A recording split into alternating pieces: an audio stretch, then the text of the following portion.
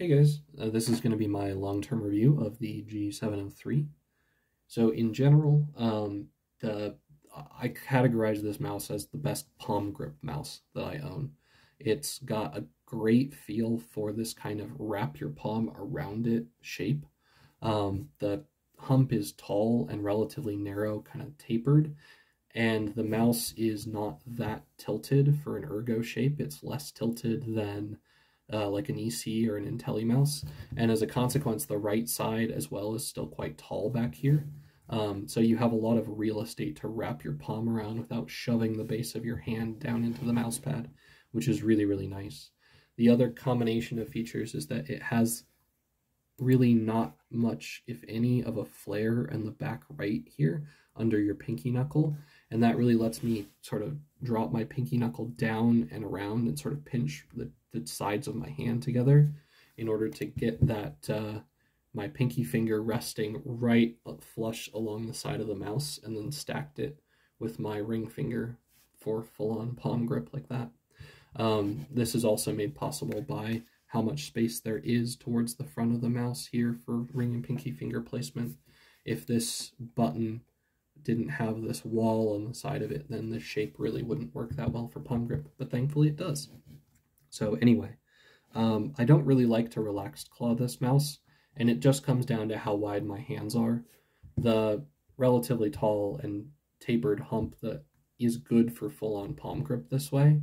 When I relax claw, the difference is that my pinky knuckle sits further wide like this, and my knuckles stay flatter. And what ends up happening is this hump pushes very aggressively into the center of my palm here. And I did use the mouse like that for a number of years when I had the 403, but having discovered how much better and more comfortable this palm grip is for me, this is basically what I use this shape for now.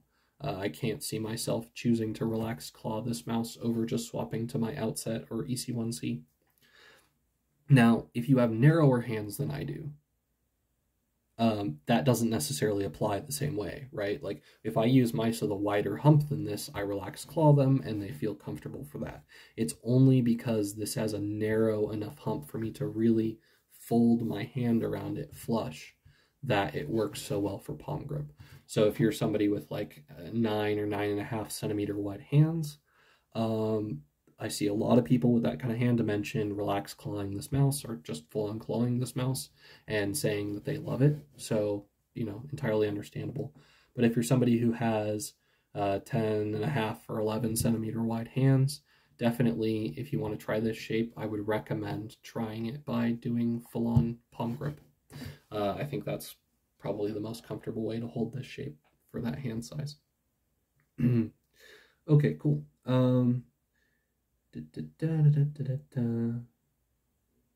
So if you're somebody who's more familiar with some other popular shapes, I'll try to give you some comparison points. So in terms of the sort of profile, the way that it gains height quickly and then stays tall towards the front of the mouse and is fairly rounded, accommodating a good variety of wrist tilt angles. This is fairly reminiscent of the G Pro Wireless, the G502, the MX518, those type of mice. But in comparison to all of those, the hump is taller and more tapered. Try to show you, if you get the right angle of it towards the back, you can see how kind of almost V-shaped looking this hump is.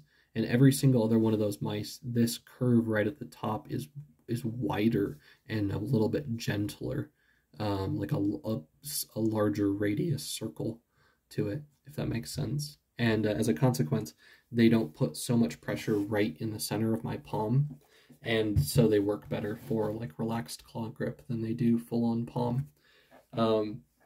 The Outset, the Comb Pro Air, the Saber Pro, again, are all some more examples of mice like this where the humps are wide enough that really having my knuckles spread out and flattened in more of a relaxed claw grip makes more sense with the shape of those mice than trying to do straight up palm grip.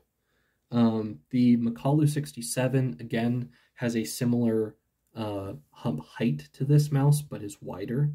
So it also suits more of a relaxed claw grip, especially because the button on the right side of that mouse does not have this wall covering it to give more space for ring and pinky finger placement. And the only mouse that I've tried with a taller hump than the 703 was the ZA11.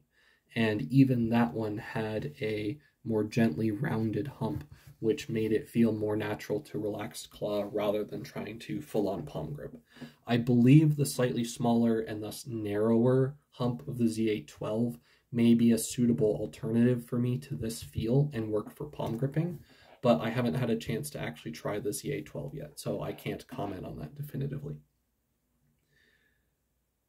As far as the buttons go, in general, I do really like them, but this is largely a case of a mouse that has kind of good bone structure and benefits a lot from some further refining beyond its stock form.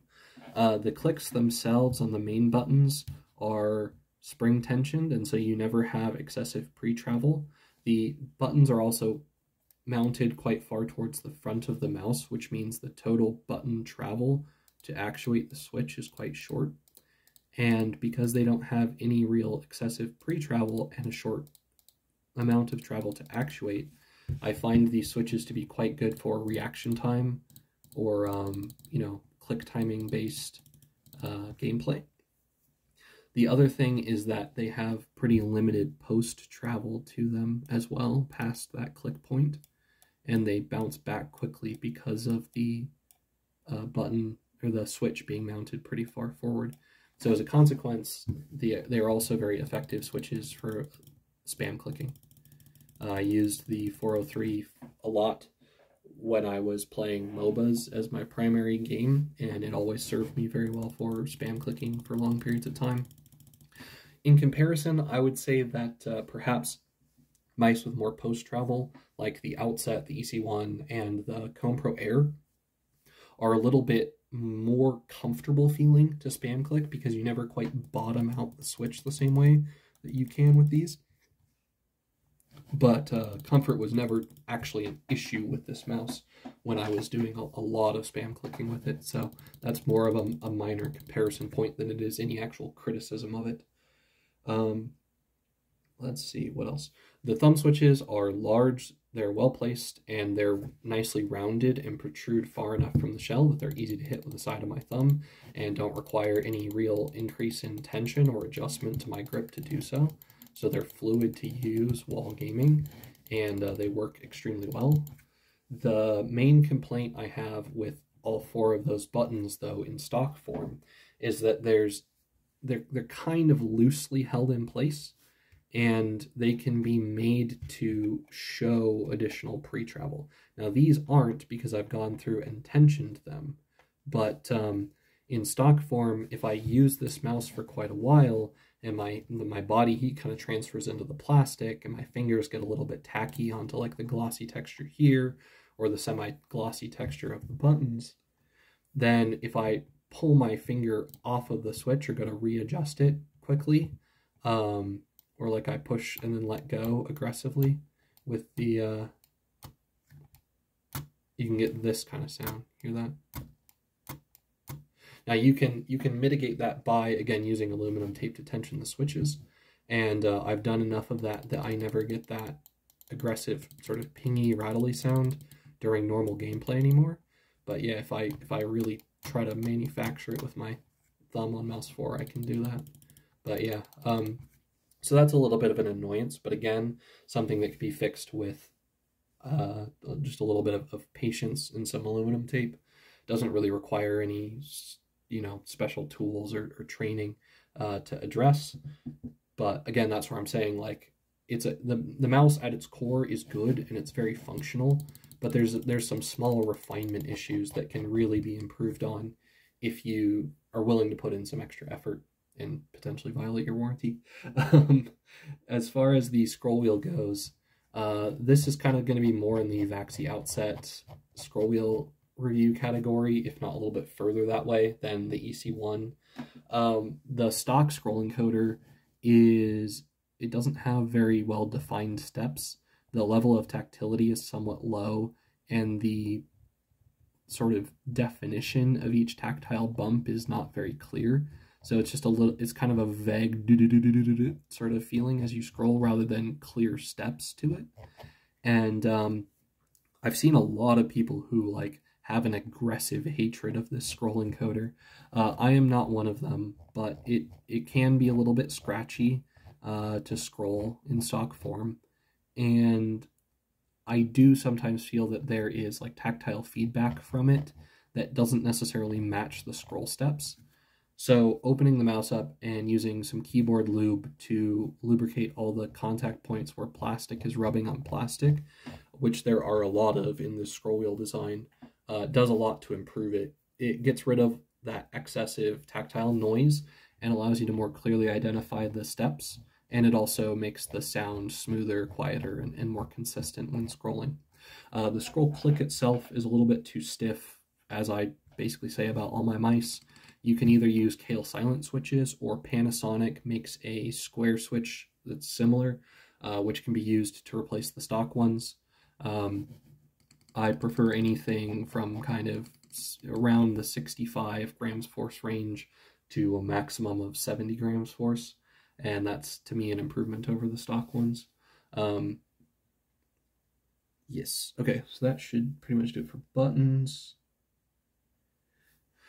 In terms of other things to comment on, the overall build quality of the 703 is quite good as far as wireless mice go. There are better built wired mice, but for whatever reason, wireless mice really seem to struggle with build quality. I don't really understand that. But anyway, again, there are just those issues that I mentioned previously, which can all be addressed with modding, you know, are really relatively minor. You know, there's not really any creaking. You can actuate the thumb buttons if you really hog on it, but mostly that's just the side of my thumb running out of space as I mash it against the side of the mouse.